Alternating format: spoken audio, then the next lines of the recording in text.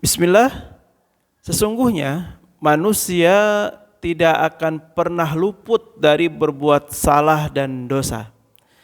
Kemudian Allah berikan hidayah dia untuk bertaubat. Nah, apa tanda orang yang taubatnya diterima? Hari ini kita akan bahas dari kitab Nasaihul Ibad. Assalamualaikum warahmatullahi wabarakatuh. Alhamdulillah wassalatu wassalam ala Rasulillah wa ala alihi wa sahbihi wa man walah, amma ba'du. Alhamdulillah, patut kita bersyukur kepada Allah atas limpahan nikmat dan karunia.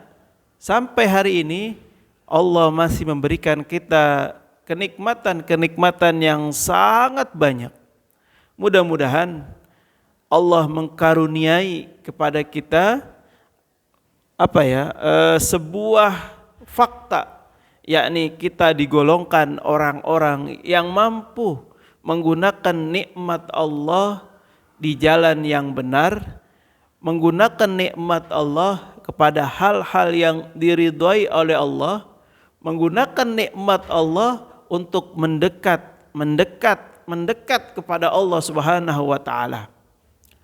Yang pertama. Yang kedua, jangan pernah lupa untuk bersolawat kepada Rasulullah sallallahu alaihi wasallam.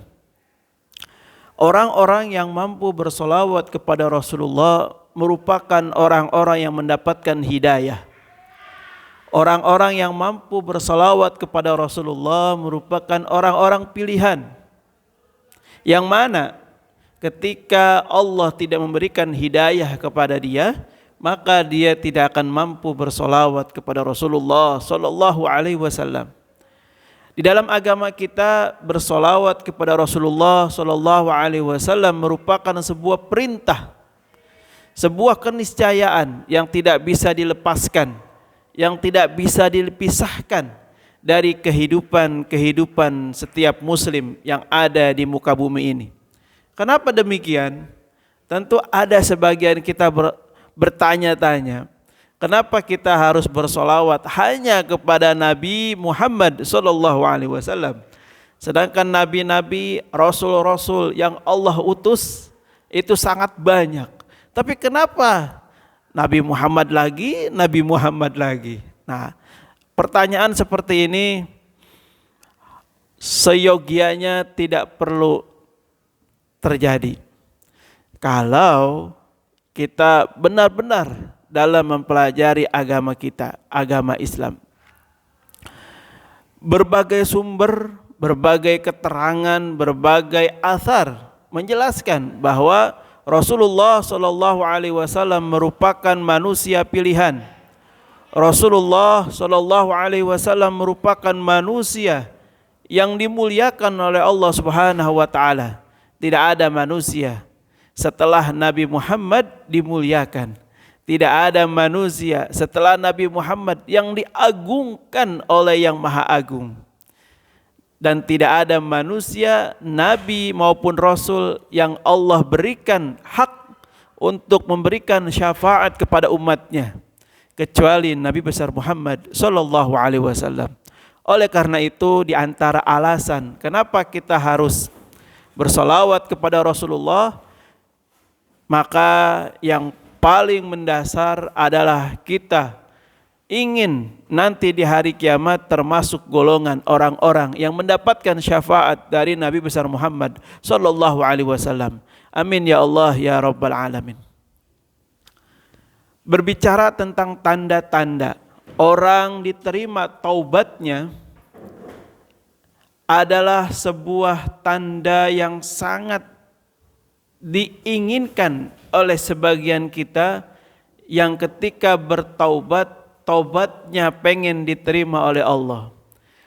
Banyak orang yang dia itu bingung ketika dia taubatan nasuha, dia itu ragu. Bukan hanya bingung, tapi ragu. Apa yang membuat dia ragu? Apakah taubatnya diterima atau tidak? Nah, hari ini kita akan bahas tanda-tanda orang yang taubatnya diterima.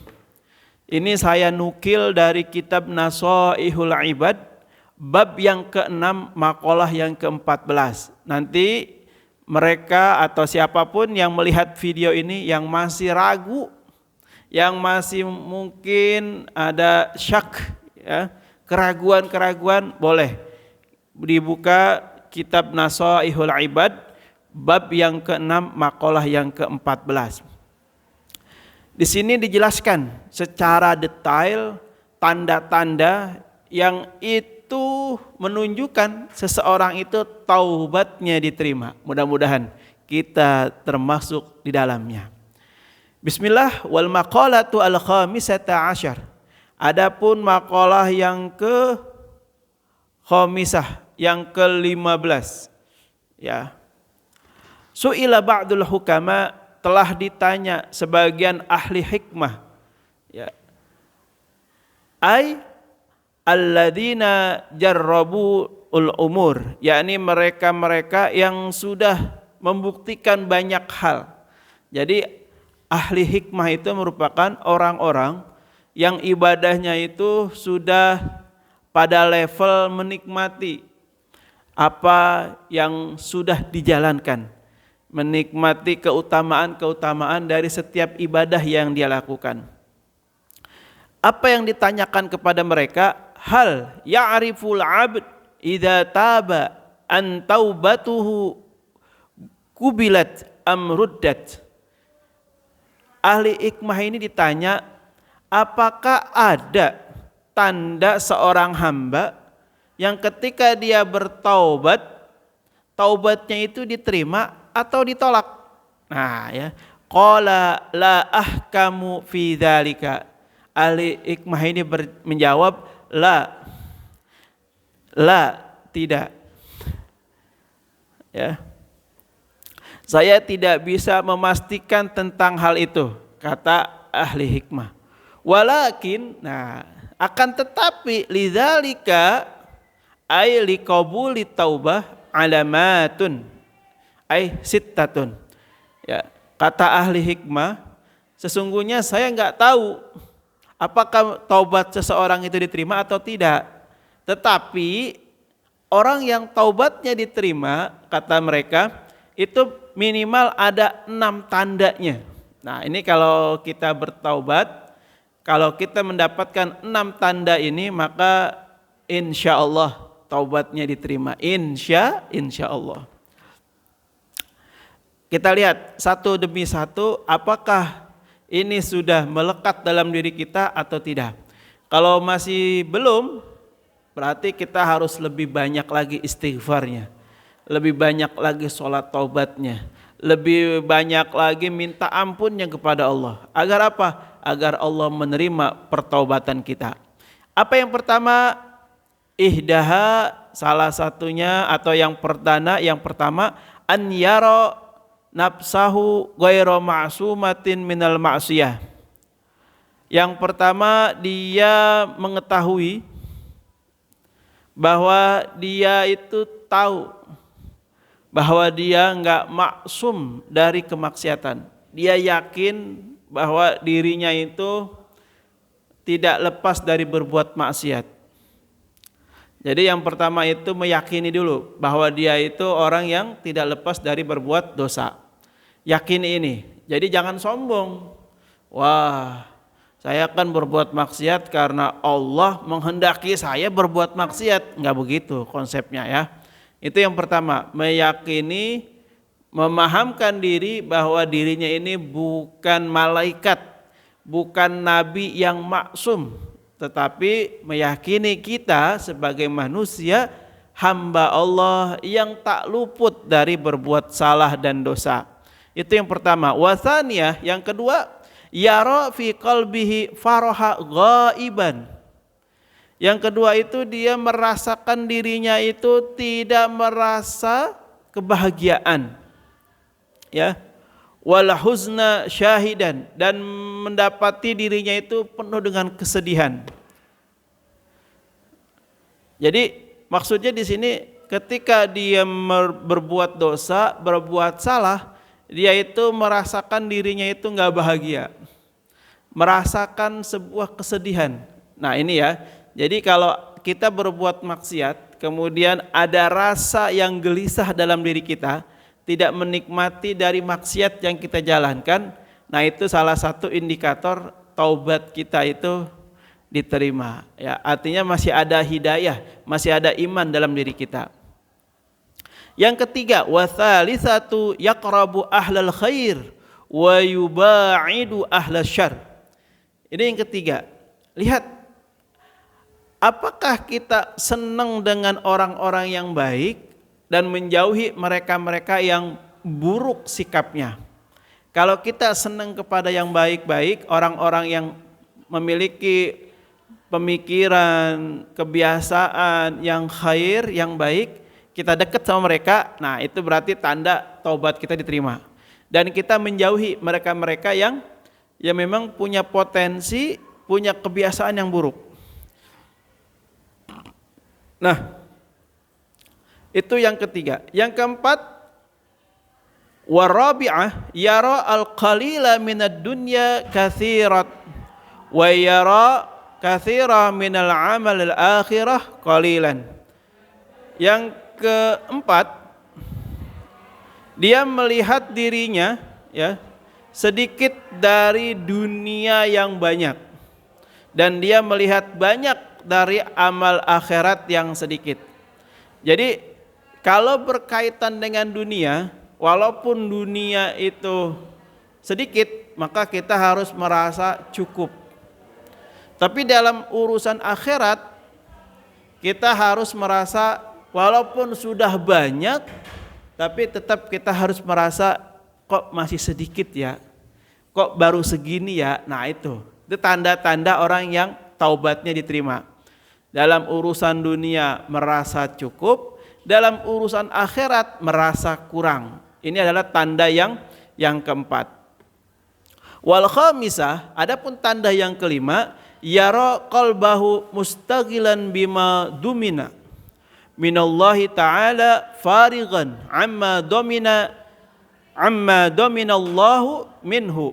Yang kelima ini merupakan tanda yang sangat berkaitan dengan hati. Apa itu? Orang yang taubatnya diterima, hatinya itu akan sibuk kepada hal-hal yang diwajibkan oleh Allah Subhanahu wa taala, dan mengosongkan hati dari hal-hal yang dapat mengundang marahnya Allah Subhanahu wa taala. Maksudnya di sini adalah ketika kita sudah bertaubat, maka menjaga kewajiban-kewajiban yang Allah perintahkan itu adalah sebuah keniscayaan. Kalau mau taubat kita diterima. Jadi indikator yang kelima ini menunjukkan bahwa orang yang telah bertaubat, dia akan lebih semangat, lebih gigih, lebih totalitas dalam mengerjakan kewajiban-kewajiban yang Allah sudah tentukan. Ya, itu yang kelima. Yang keenam, wasadisah, dan yang keenam, yakunul hafizul lisan.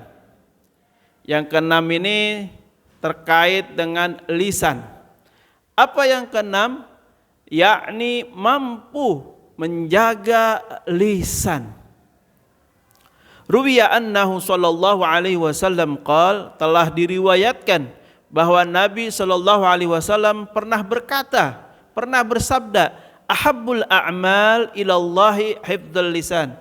Sesungguhnya amal yang paling Allah cintai adalah hifdzul lisan, menjaga lisan.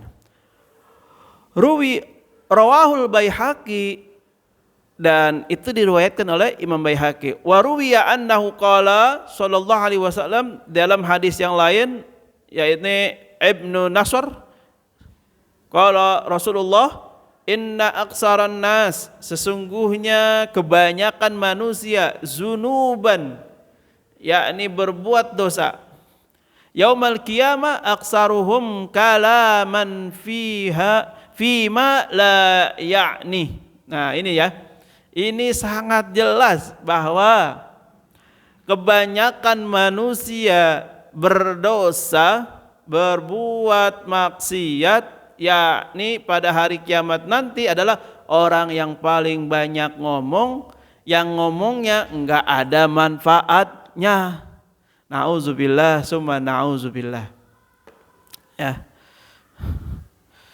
Nah, ini merupakan sebagai pengingat bagi kita semua betapa lisan kita itu diwanti-wanti oleh Rasulullah untuk tidak berkata kecuali berkata yang bermanfaat.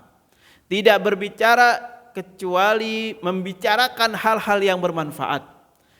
Dan tidak bersuara kecuali suara itu mengandung ibadah, mengandung kebaikan.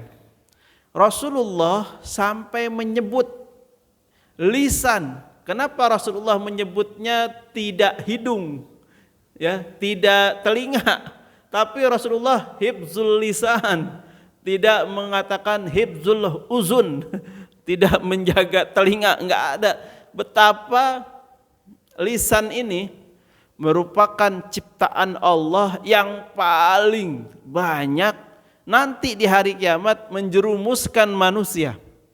Makanya enggak salah, yang paling banyak nanti masuk ke dalam neraka adalah mereka yang paling banyak ngomong. Hati-hati nih, yang suka banyak ngomong, hati-hati. Kecerdasan Anda berbicara, keterampilan Anda dalam berretorika, ya, mengatur, memilah, memilih diksi sebuah kata dengan sangat mengagumkan. Hati-hati ketika itu berisi sesuatu yang tidak Allah kehendaki, yang tidak ada manfaatnya buat akhirat, itu akan menjerat kita di dalam akhirat nanti. Nauzubillah summa nauzubillah. Demikian 6 tanda orang yang taubatnya diterima. Ya, nanti kalau lupa putar lagi video ini. Agar apa? Agar kita bisa menghayati betapa taubat itu sebuah cara agar kita bisa kembali ke jalan yang lurus, kembali kepada keridhaan Allah, sehingga kalaupun Allah mencabut ruh kita, insya Allah ketika taubat kita diterima, kita wafat dalam keadaan husnul khatimah. Disandingkan dengan para syahid, orang-orang yang syahid. Disandingkan dengan para orang-orang yang jujur. Disandingkan dengan orang-orang yang mukhlis, yang selalu berbuat dengan ikhlas. Mudah-mudahan Allah menghendaki kebaikan, keberkahan kepada kita semua, sehingga kita digolongkan, dipertemukan dengan orang-orang yang saleh di dalam surganya nanti. Amin ya rabbal alamin. Demikian, mudah-mudahan bermanfaat. Allahu a'lam bishawab. Hadanallah wa iyyakum ajmain. Assalamualaikum warahmatullahi wabarakatuh.